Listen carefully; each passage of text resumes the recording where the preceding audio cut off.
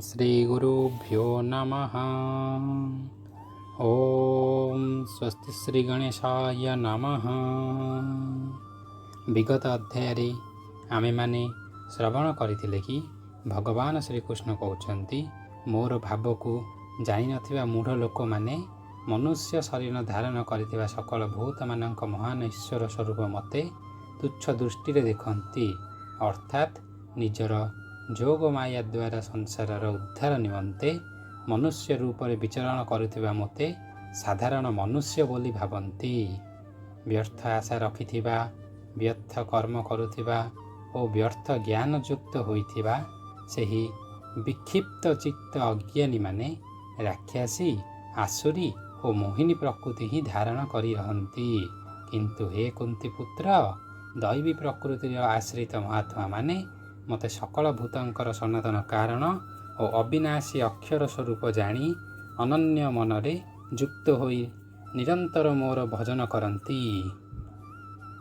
एहा परे भगवान कहउछन्ति सेही दृढ़ निश्चय भक्त माने निरंतर मोर नाम जप गुण कीर्तन करी करी मोर प्राप्ति पई जत्न करी एवं मते बारंबार प्रणाम करी निरंतर मोर ध्यान रे युक्त होई अनन्य प्रेम रे मते उपासना करन्ति।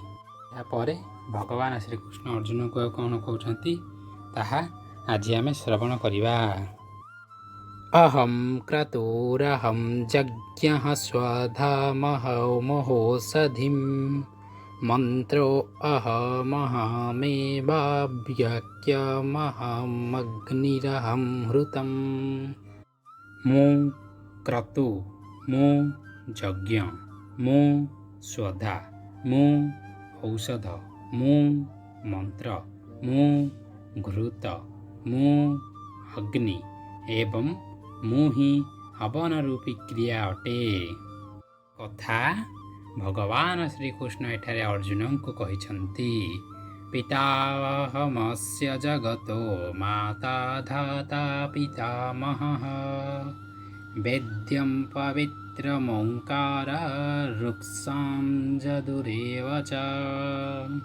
एही समग्र जगतर धाता अर्थात धारणकर्ता और कर्मफल दाता पिता माता पितामह जानिबार योग्य वस्तु पवित्र ओंकार तथा ऋग्वेद सामवेद और यजुर्वेद मध्य मुहि अटे। गतेर्भर्ता प्रभुः साक्षी निवासः शरणं सुहृत् प्रभावः प्रलयः स्थानं निधानं बीजमव्ययम्। प्राप्ति हेबा योग्य परमधाम समस्तंकर भरण पोषणकारी समस्तंकर स्वामी शुभाशुभ दुष्टा समस्तंकर वासस्थान शरण नेबार योग्य प्रत्युपकार न चाहि हितकारी समस्तंकर उत्पत्ति और प्रलयर हेतु स्थितिर आधार निधान और अविनाशी कारण मध्य मुहि अटे। तपाम्यहमहं वर्षं निगृहणाम्युतसृजामि च अमृतं चैव मृत्युश्च सहदश्च महर्जुना। मुहि सूर्य रूप रे उत्ताप प्रदान करे, मु वर्षा को आकर्षण करे एवं वर्षा करे। हे अर्जुन, मुहि अमृत एवं मृत्यु तथा सत असत मध्य मुहि अटे। तैविद्या मां सोमपा भूत पापा यज्ञैरिष्टा स्वर्गतिं प्रार्थयन्ते ते पुण्यमासाद्य सुरेन्द्रलोको मस्नन्ति विद्यान् दिवि देव भोगान्।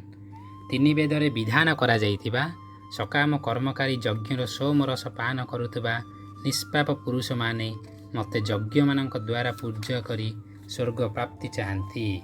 सेमाने निज पुण्य कर्म मानकर फल स्वरूप स्वर्गलोक को पाई स्वर्गरे देवता मानकर दिव्य भोग मान उपभोग करन्ति।